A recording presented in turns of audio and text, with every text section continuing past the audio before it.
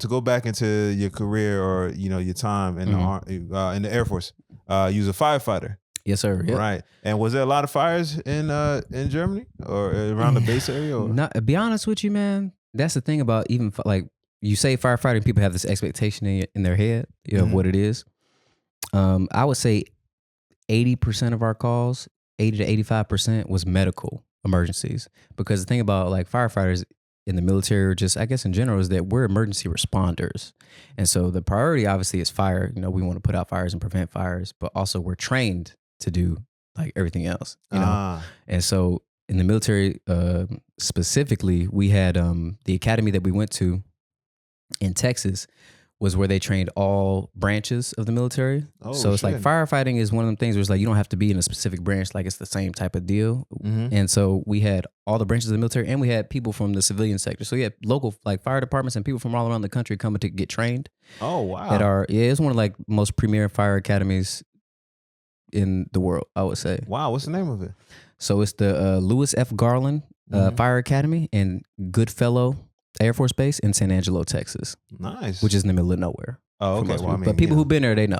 Right. And so the only thing that they had there was fire training. And then in the Air Force, they had like intelligence, people going to like intelligence schools and things like that, which is super secretive.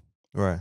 And so, while you're there, you're learning all these, the aspects of training fire, but then also you're getting all this like, quote unquote, the basics of, emergency responder training, whether it's medical or, whatever it may be. They have all these simulators, aircraft simulators, building simulators. Like they put a lot of money into it. Building simulators. Meaning like a simulated like building. Oh shit. So you had to do that thing where you put the ladder up and then you got to climb up and everything. Bruh, listen, in training. So there was a phase that it's like, essentially, if you don't get past this, they would tell us like, oh, you just gonna fail. And so they would put like I think a 25 or 35 foot ladder up like against the building. And so you had to climb up there with all your gear, hook your legs in and just like lean. What? And black people in heights. Yeah. Yeah, no, it was. Nigga, you had to lean back? Lean back.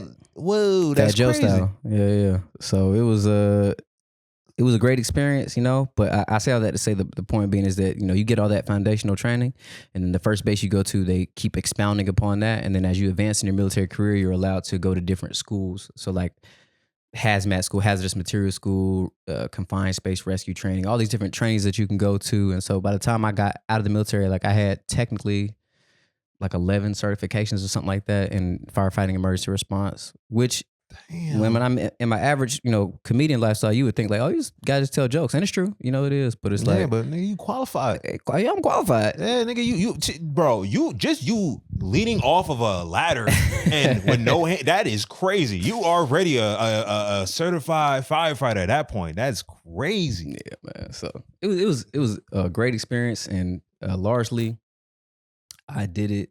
I'll be real with you. Like we were talking earlier, it's like my father was in the Army. He was 33 years, and he was like a drill sergeant at a particular point in time. So as I was growing up, he was in drill sergeant mode. So I already kind of had a level of like strictness. And my brother actually joined the Army, and he was special forces. So he was a ranger, and having them two kind of set the standard. I was very competitive. I was like, I'm gonna do something that's like not to shit on y'all, but like I did a tough job too. Yeah.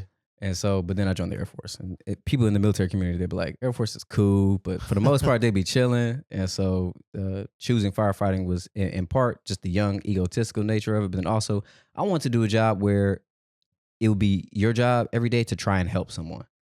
I was against the idea of like I'm very politically minded. So in terms of the military, like I have a lot of strong opinions that are anti-military in terms of our presence in different countries. But I knew that joining the military, let me do a job where I'm not going to be in a position to have to like go hurt someone or go kill someone, because that's not necessarily what I believe in or line up with. But so, yeah.